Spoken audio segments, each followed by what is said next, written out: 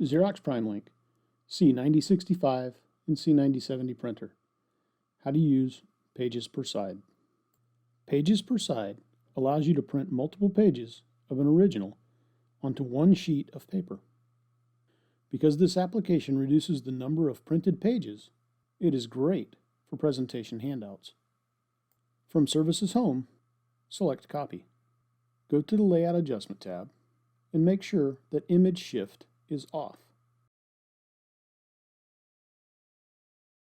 Go to the Output Format tab and select Page Layout. Select Pages per Side. Choose the number of pages you would like to be printed on one sheet. Touch Save.